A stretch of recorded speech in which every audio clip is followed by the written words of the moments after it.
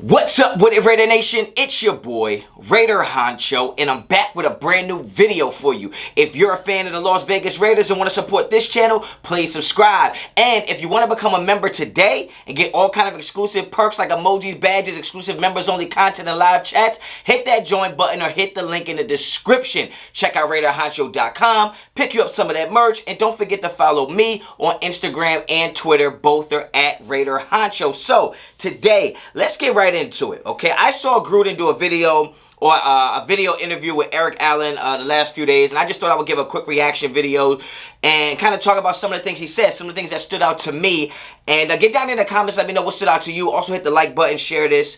But some of the things that stood out to me is when he started talking about, this whole off-season, we've been talking about John Gruden needs to be more creative. I did a video, should we fire John Gruden if the following things don't change? And creativity in the playbook is definitely one of the things I mentioned. And something that stood out to me was he said we need to be well-balanced. Him saying we need to be well-balanced to me sounds like I intend to run the ball as much as possible.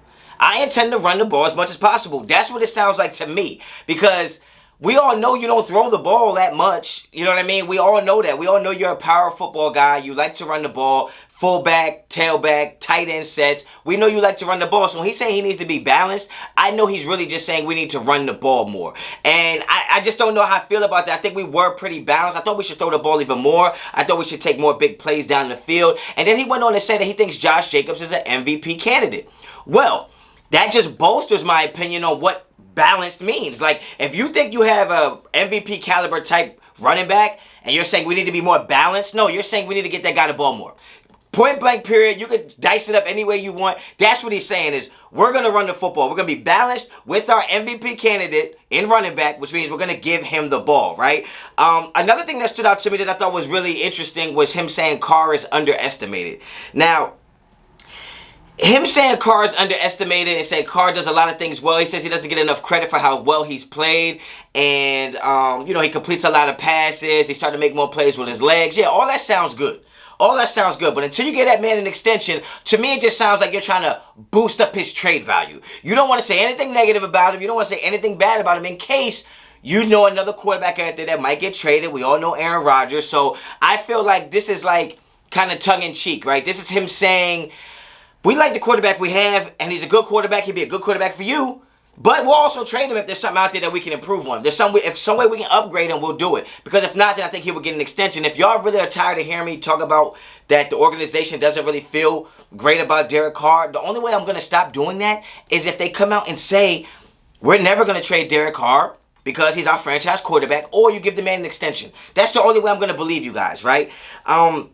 Another thing he talked about was it being a really long season with 17 games and having some veterans in there. And he said, we need to push the rookies because it's going to be a long season. To me, that means there's going to be a lot of players that are not going to play every down, every game. In my opinion, right? That's just my opinion. He was talking to Eric Allen and he was saying, yeah, if you're a 10-year guy, we might have to treat you a little different if it's a 17-game season. So to me, that stood out because it makes it seem like all these players we've added and all these players that we drafted really is just depth at this point. I think John Gruden is the type to put players on pitch counts or snap counts, and he's not going to let these guys play the whole season, which is why I think he brought in a Kenyon Drake, who he also mentioned we're going to find a way to get him the ball. He also talked about how this running back got hurt, that running back got hurt, who got carries when Josh Jacobs was hurt. He's not anticipating Josh Jacobs to play all 17 games, or at least every snap in all 17 games, so he definitely brought him in for a reason, and I said he was one of the guys we should definitely go target because I think that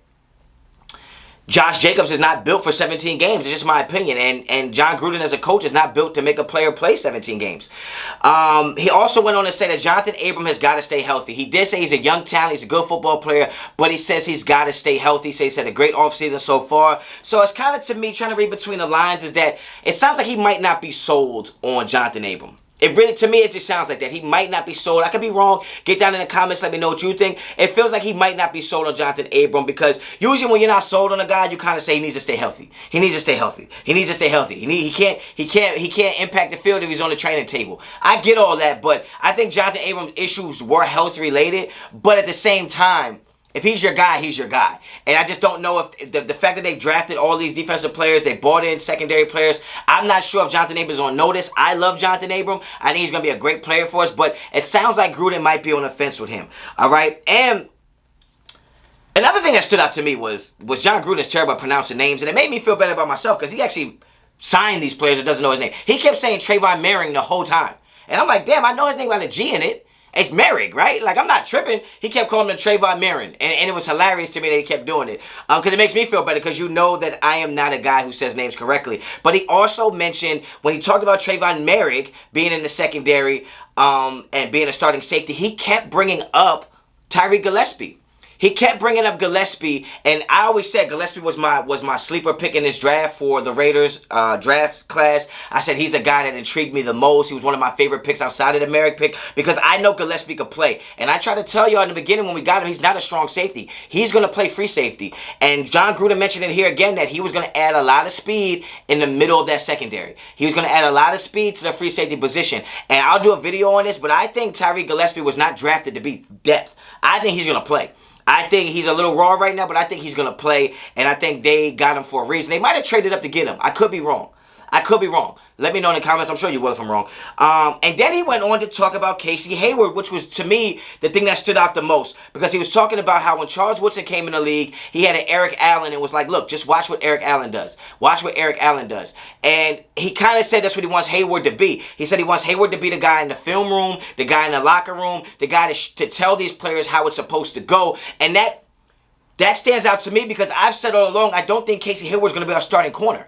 I think it's going to be Mullen and Arnett. Those are going to be our starting corners in my opinion. I think Casey Hayward's just supposed to show them how it's done. How it's done to be a pro. How you move like a pro. How you watch film like a pro. How you break down film like a pro. I think that's what Casey Hayward's role is on this team. I think he could get a lot of snaps and a lot of reps and probably play in the slot. I think it's going to be a carousel of DBs. But I don't think he's going to be our starting corner. I damn sure don't think he's our number one corner. I don't think he's our number one corner.